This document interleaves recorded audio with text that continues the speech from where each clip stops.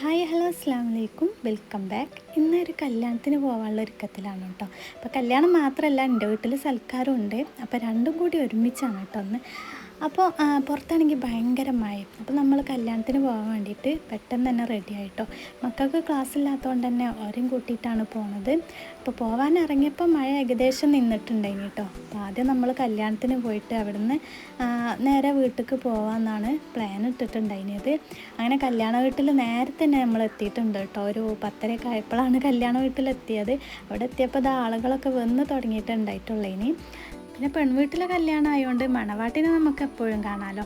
അങ്ങനെ പയ്യനെ കണ്ടിട്ടൊന്നുമില്ല കേട്ടോ. നമ്മൾ ഫസ്റ്റ് ട്രിപ്പ് ഫുഡായപ്പോൾ തന്നെ വേഗം ഫുഡൊക്കെ കഴിച്ച് പിന്നെ കുറച്ച് ടൈം അവിടെ ഇരുന്നു കേട്ടോ. അപ്പോൾ ഈ ഒരു കല്യാണം ഉള്ളത് ഉമ്മാൻ്റെ ഫാമിലിയിലാണ്. അതുകൊണ്ട് തന്നെ ഉമ്മാൻ്റെ ബാക്കിക്കാരൊക്കെ വരുന്നേ ഉണ്ടായിട്ടുള്ളൂ കേട്ടോ. അപ്പോൾ വന്നവരൊക്കെ കണ്ട് കുറച്ച് ടൈം സംസാരിച്ചിരുന്നിട്ട് നമ്മൾ അവിടുന്ന് വേഗം പോന്നു.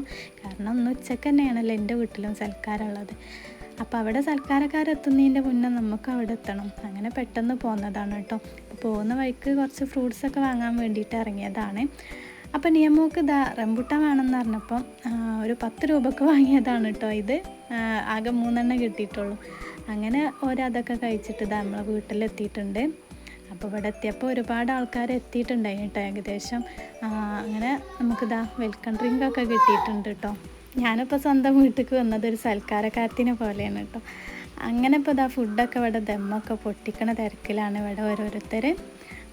നല്ല ഹൈദരാബാദി ബിരിയാണി ആയിരുന്നു കേട്ടോ. ഇത് നല്ല ടേസ്റ്റ് ഉണ്ടായിനി ബിരിയാണി. പിന്നെ ബീഫ് ബിരിയാണി ഉണ്ടായിനി. എല്ലാത്തിൻ്റെ വീഡിയോ ഒന്നും ഞാൻ എടുത്തിട്ടില്ല കേട്ടോ.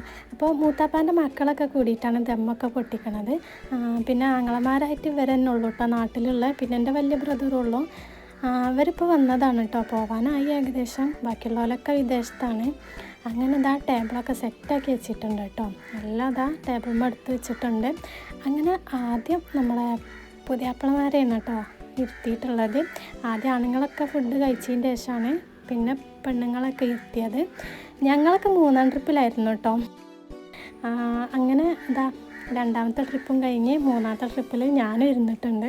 കാരണം തിരിച്ച് എനിക്ക് തിരുവാലി വീട്ടിലേക്ക് തന്നെ പോകാനുള്ളതാണ്. അപ്പം ഞാൻ വരെ കൂടിയിരുന്നു കേട്ടോ. പിന്നെ പുറത്ത് നല്ല മഴ ആയതുകൊണ്ട് തന്നെ നമ്മൾ ടേബിളൊക്കെ അകത്ത് തന്നെയാണ് സെറ്റാക്കിയിട്ടുള്ളത്. പിന്നെ അതിനുള്ള ആളുകൾ തന്നെ ഉണ്ടായിട്ടുള്ളൂ. ഇനി